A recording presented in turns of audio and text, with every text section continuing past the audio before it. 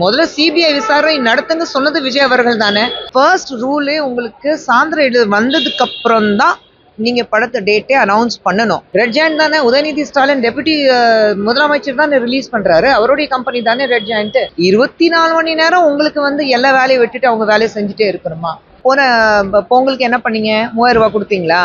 கொடுக்கல. அப்போ அவங்க ரேஷன் கடையில கார்டுல ரேஷன் வாங்கலையா மக்கள்? திமுகவும் காங்கிரஸ் என்ன சொல்றாங்களோ அது காதலியே வாங்கக்கூடாது, ஏமாத்துறாங்கன்னு அர்த்தம். சிம்பிள். சமீபத்துல செய்தியாளர்களை சந்திச்ச குஷ்பு ஜனநாயகன் படத்துக்கு சென்சார் சர்டிபிகேட் வராததை பத்தி பேசினாங்க.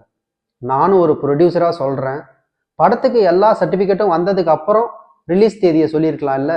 எஸ் அன் ஆக்டருங்கிறது வேற. ஆனா நான் ஒரு தயாரிப்பாளரும் சேர்ந்து ஒரு ரூல், சிபிஎஃப்சி ரூல் ஃபர்ஸ்ட் என்ன இருக்கு, படத்துடைய எல்லா சர்டிபிகேட் சான்றிதழ் உங்க கைக்கு வந்ததுக்கு அப்புறம் தான் நீங்க படத்துடைய ரிலீஸ் டேட்டே அனௌன்ஸ் பண்ணணும். அதுதான் பேசிக் ரூல்.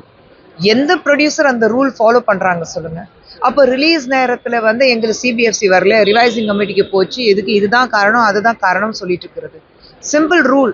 உங்களுடைய படம் நீங்க ரிலீஸ் பண்றீங்கன்னா, இது நான் நடிகர் மேல தவறுன்னு நான் சொல்ல மாட்டேன், நான் ப்ரொடியூசர் சொல்றேன். ஒரு ப்ரொடியூசருங்கிறது முறையில நான் சொல்றேன். ஃபர்ஸ்ட் ரூலே உங்களுக்கு சான்றிதழ் வந்ததுக்கு அப்புறம் தான் நீங்க படத்தை டேட்டே அனௌன்ஸ் பண்ணணும். ஆனா நீங்க ஏன் அதை வராமலேயே நீங்க டேட் அனௌன்ஸ் பண்ணிடுறீங்க? 24 மணி நேரமும் சென்சார் ஆபீஸ் அவங்களுக்காகவே வேலை பார்க்க முடியுமா? அது கூட தெரியாதா அவங்களுக்கு? அப்புறம் நீங்க சிபிஎஃப்சி பிளேம் பண்ணாதீங்க. கிறிஸ்மஸ் இருந்தது, நியூ இயர் இருந்தது, எல்லாமே கவர்மெண்ட் ஹாலிடேஸ் இருக்கு.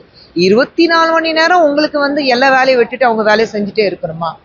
என் பொண்ணு விஜயோட பெரிய ரசிகர், நானும் விஜயோட ரசிகர் தான். படம் எப்போ வரும் நாங்களும் ஆவலாதான் இருந்தோம். என் குழந்தை ஒரு மிகப்பெரிய விஜய் ஃபேன், அது எல்லாருக்கும் தெரியும். அவளுடைய உலகமே பாத்தீங்கன்னா ரஜினி சாரும் விஜயும் மணிரத்னம் சாரும், இதுதான் அவளுடைய உலகமே அவ நினைச்சிட்டு இருக்கா.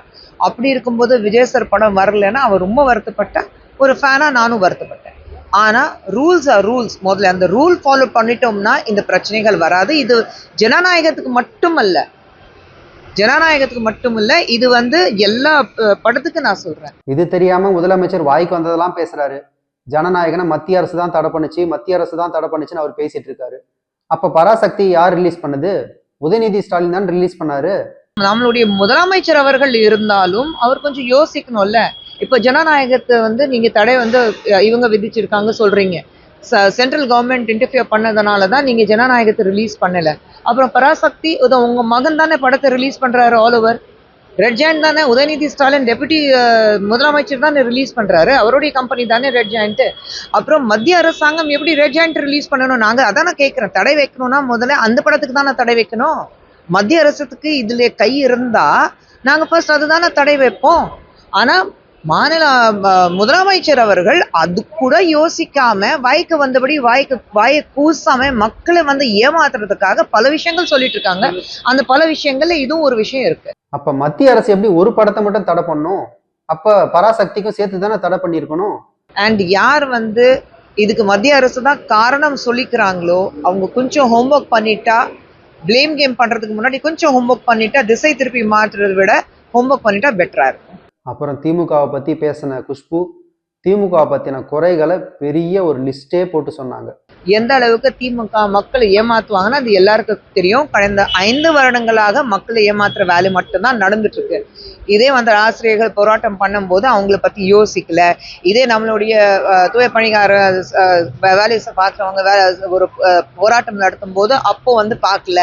இதே பெண்களுக்கு 1000 ரூபாய் கொடுக்கப்படும்னா அப்போ தேர்தல் அறிக்கையில கொடுத்தாங்க, 6 மாதம் கொடுத்தாங்க, அதுக்கப்புறம் அதை பத்தி பேசவே இல்லை. இப்போ 6 மாதத்துக்கு முன்னாடி மீண்டும் ஆரம்பிச்சாங்க. இப்போ எலெக்ஷன், இதுக்கு முன்னாடி உங்களுக்கு பொங்கல் வரலையா, இதுக்கு முன்னாடி தீபாவளி வரலையா? ஆனா இந்த தேர்தலில் மட்டும்தான் ரேஷன் கார்டுக்கு 3000 ரூபாய் கொடுக்குறீங்க. போன தேர்தலில் என்ன, போன பொங்கலுக்கு என்ன பண்ணீங்க? 3000 ரூபாய் கொடுத்தீங்களா? கொடுக்கல. அப்போ அவங்க ரேஷன் கடையில கார்டுல ரேஷன் வாங்கலையா மக்கள்? அப்போ பெண்களுக்கு பிரச்சனை வரலையா? அப்போ ஒரு குடும்பம் இருக்குன்னு அவருக்கு தோணலையா?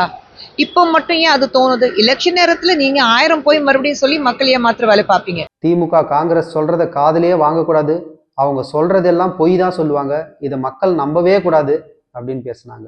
ஸோ திமுக காரங்க இப்படி சொன்னாங்க. இல்ல காங்கிரஸ் காரங்க ஒரு ஊழலோட கூட்டணி தான் காங்கிரஸ் இருக்கு. ஸோ ஊழலோட கூட்டணியில இருக்கும்போது நீங்க கைகொத்தி நாங்க மக்கள் ஏமாத்துற வேலை மட்டும்தான் செஞ்சுட்டு இருந்தோம் இத்தனை வருடங்களாக, மீண்டும் அது மட்டும்தான் செய்வ சொல்லும் போது திமுகவும் காங்கிரஸ் என்ன சொல்றாங்களோ அதுக்கு ஆதரவே வாங்கக்கூடாது. ஏமாத்துறாங்கன்னு அர்த்தம். சிம்பிள். கரூர் சம்பவத்துல சிபிஐ விசாரணை பண்ணணும் அப்படின்னு கேட்டது யாரு? விஜய் தானே கேட்டாரு. அப்ப போய் பார்த்துட்டு வரட்டும். நாங்க கேட்டோமா? அவங்க முதல்ல சிபிஐ விசாரணை நடத்துங்க சொன்னது விஜய் அவர்கள் தானே. நீங்க தான் சிபிஐ விசாரணை கேட்டீங்க. சிபிஐ விசாரணை வந்திருக்கு, பார்த்துட்டு வரட்டுமே. அவர் மேல தவறு இல்லைல்ல. அப்போ அவர் என்ன சொன்னாரு? இது முழுக்க காரணம் திமுக அவர் சொன்னார்ல. அப்ப இன்னைக்கு திமுக காரங்களே உடனே விஜய் சப்போர்ட் பண்ணிட்டு ஜனநாயகம் ரிலீஸ் ஆகல, அதனாலதான் உடனே சப்போர்ட் பண்ணிட்டு இது சிபிஐ அவர் மேல ஆவி விடுறாங்க சென்ட்ரல் கவர்மெண்ட் சொல்றாரு. விஜய் அவர்கள் சிபிஐ விசாரணை கேட்டிருக்காரு. சிபிஐ விசாரணை நடக்குது, அவர் ஆஜராகி வருவார். இதெல்லாம் பார்க்கும்போது நமக்கு ஒண்ணு மட்டும் தெரியுதுங்க. ஜனநாயகன் படம் எப்படியாச்சும் ரிலீஸ் ஆகும், விஜயும் பேசுவாரு, மக்கள் அதுக்கு சரியான தீர்ப்பு சொல்லுவாங்க. பொறுத்திருந்து பார்க்கலாம் ஜனநாயகன் படம் எப்போ ரிலீஸ் ஆகுதுன்னு.